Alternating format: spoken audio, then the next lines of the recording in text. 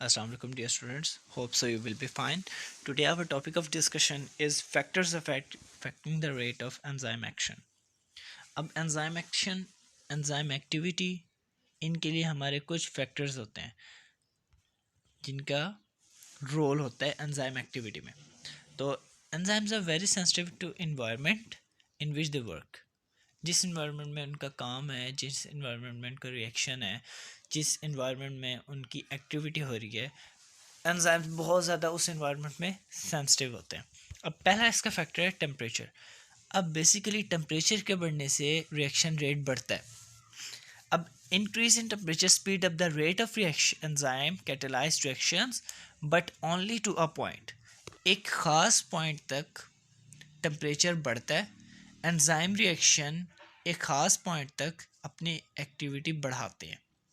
Every enzyme works at its maximum rate at a specific temperature called optimum temperature. अब एक specific point है जहाँ पे temperature बढ़ता है और एंजाइम की एक्टिविटी भी बढ़ती है. उसके बाद ग्राफ में ऐसा पॉइंट डाउन जाता है कि उस पॉइंट के बाद फिर टेम्परेचर नहीं बढ़ता, फिर टेम्परेचर डाउन जाता है और एंजाइम एक्टिविटी भी डाउन जाती है. तो अब आप स्टडी करें.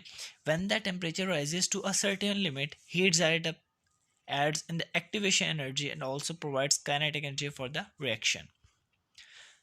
The reactions are accelerated, but when temperature is raised well above the optimum temperature, heat energy increases the vibration of the atoms of the enzyme and the globular structure of the enzyme is lost. This is called denaturation of enzyme. खास limit तक graph में temperature की range है. एक एक time एक point तक temperature increase होगा और एंजाइम एक्टिविटी भी इंक्रीज़ होगी. फिर एक पॉइंट है टेम्परेचर का, उसको कहते हैं हम ऑप्टिमम टेम्परेचर पॉइंट. वहाँ तक टेम्परेचर इंक्रीज़ होगा और एंजाइम एक्टिविटी इंक्रीज़ होगी. उसके बाद उस पॉइंट के बाद फॉल डाउन हो जाएगा, टेम्परेचर भी डिक्रीज़ हो जाएगा और एंजाइम एक्टिविटी भी डिक्रीज़ हो जाएगी.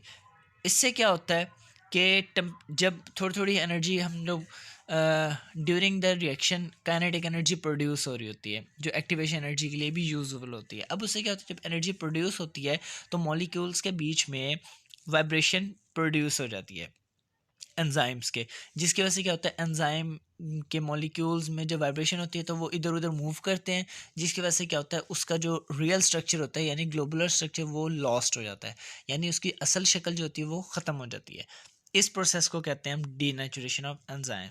It results in rapid decrease in rate of enzyme reaction and may be blocked incompletely. इससे क्या होता है, रेट ऑफ रिएक्शन हमारा डिक्रीज हो जाता है. ऑप्टिमम टेम्परेचर ह्यूमन बॉडी का कितना होता है, 37 डिग्री. नेक्स्ट ये पॉइंट है, ठीक है.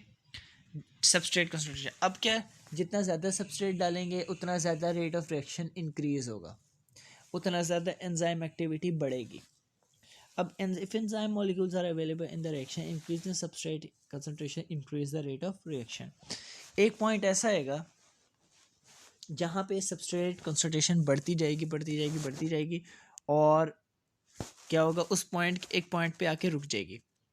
उस पॉइंट के बाद फर्दर ना तो वो कम होगा ना वो बढ़ेगा, बल्कि कांस्टेंट हो जाएगा. उस पॉइंट को हम सैचुरेशन कहते हैं. उसमें क्या होता है कि जितनी भी एंजाइम की सारी एक्टिव साइट्स होती हैं वो फिल्ड अप हो जाती हैं और मज़ीद सबस्ट्रेट मॉलिक्यूल्स एंटर होने की अगर वो कोशिश करें तो वो उनको एक्टिव साइट में जगह नहीं मिलती. इस प्रोसेस का नाम है सैचुरेशन ऑफ एक्टिव साइट्स और इसके बाद रिएक्शन रेट इंक्रीज नहीं होता. और लास्ट में इसका है pH. All enzymes work at their maximum rate at a narrow range of pH called optimum pH. pH basically होता है potential of hydrogen. potential of hydrogen.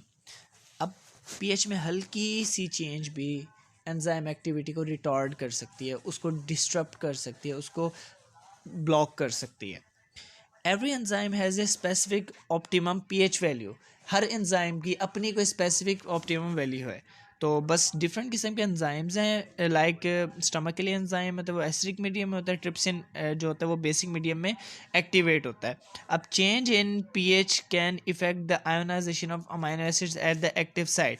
अब आप इस ग्राफ के अंदर देखें कि हल्की सी भी चेंज पीएच के अंदर अमाइनो एसिड्स की एक्टिविटी को डिस्टर्ब कर सकती है. अब स्टमक के अंदर दो किस्म के हमारे दो हमारे एंजाइम्स हैं, एक है पेप्सिन और एक है ट्रिप्सिन। जो पेप्सिन है वो हमारा गैस्ट्रिक जूस से रिलेटेड है, तो वो हमारा एसिडिक मीडियम में होगा, और जो ट्रिप्सिन है वो हमारा स्मॉल इंटेस्टाइन मीडियम है, जो वो बेसिक मीडियम में होगा। तो हल्की सी पीएच में भी एक्टिविटी एंजाइम्स की ग्लोबल स्ट्रक्चर को लॉस्ट कर सकती है। चले यहाँ तक हमारा टॉपिक था आज का, बाकी नेक्स्ट फर्दर हम फर्दर वीडियो में डिस्कस करेंगे। थैंक यू सो मच, अल्लाह हाफिज़।